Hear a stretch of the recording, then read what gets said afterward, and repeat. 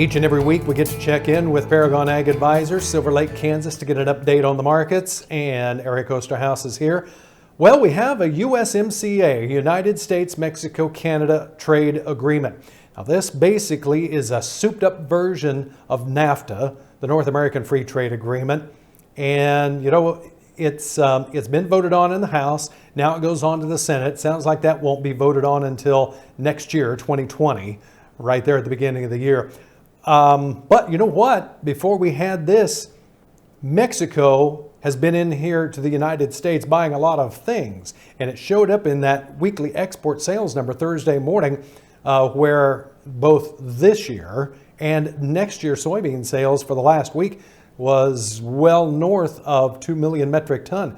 You know, Mexico, what, they bought 1.5 million or something like that last week. China on Thursday morning had an overnight sale, 126,000 metric ton. So we are starting to sell some of this grain. Now, we're still behind for the corn as far as pace goes, but it looks like wheat and soybeans are on pace. What about this USMCA? Do you think a lot of this anticipation is already factored into the market at this point? Well, I do think that the USMCA, I think the default is people had, for a while, they just assumed that this was done. And then it just kept dragging on and turned into the political football that it was. So I do think some of this is priced in. But again, it was nice to see those export numbers that we saw here this week to Mexico. Again, we talk so much about China, we sometimes forget about Mexico and Canada being a couple of our very largest export partners. So again, the fact that we finally got this through the House and then on to the Senate, yes, it may take till next year, but I really don't see a whole lot of reasons why it won't quickly move through the Senate there once they finally get to it. So it is good news. And again, the journey of 1,000 miles has started with but one step. So I know we are lagging on the corn exports, but maybe this is that first step of that 1,000-mile journey. It certainly was nice to see. I'd like to see it be more of the average going forward. I can't help but think that we'll continue to see our exports climb for the grains. And the reason I say that is, yeah, we've got a trade agreement now with Japan. We've got a trade agreement with our two neighbors to the north and to the south of us, Canada and Mexico. We're working on getting that phase one signed with China.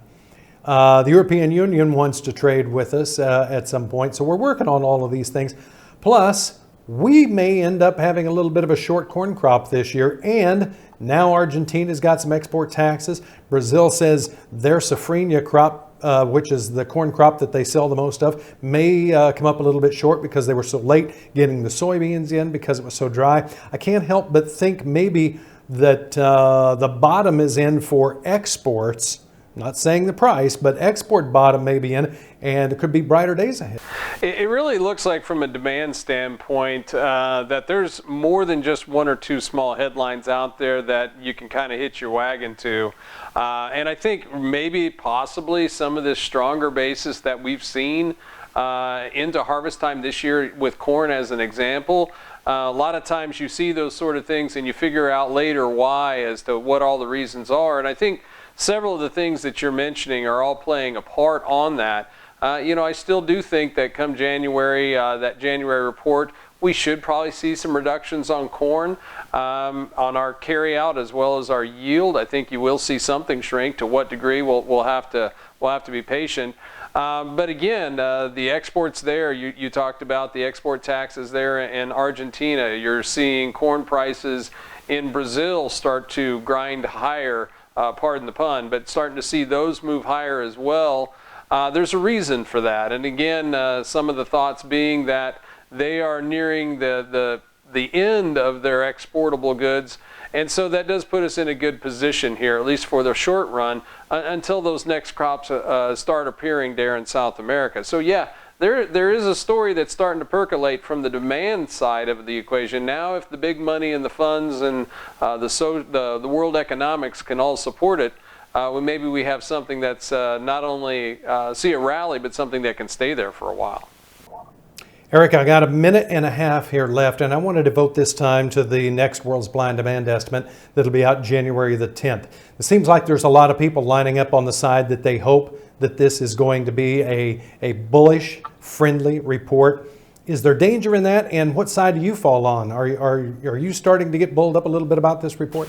Well, I'm always on the farmer's side, so I want to be friendly.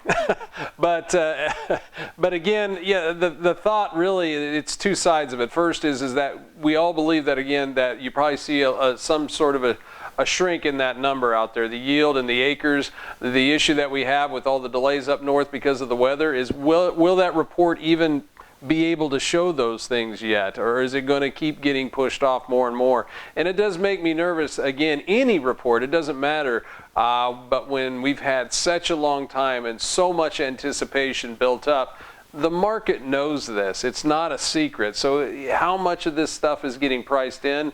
I don't know how much, but I know some is on that bullish standpoint. It has to have been priced in before. To me, it's the report plus these other things we're talking about that really would make a change in the market. Well, Eric, we really appreciate our relationship with you folks. Merry Christmas to all of you there at Paragon Ag Advisors. Anything you want to say to our audience here in the last few seconds? Well, just, hello 2020, goodbye to 2019. Hopefully everybody has a Merry Christmas, and I hope this next year is just a little easier for folks. Me included. Amen to that. All right, thank you very much, Eric. Eric Osterhaus, Paragon Ag Advisors. All right, time to wrap up the program here in just a little bit, but first we got to get back to some more things. We'll do that next. Stay with us.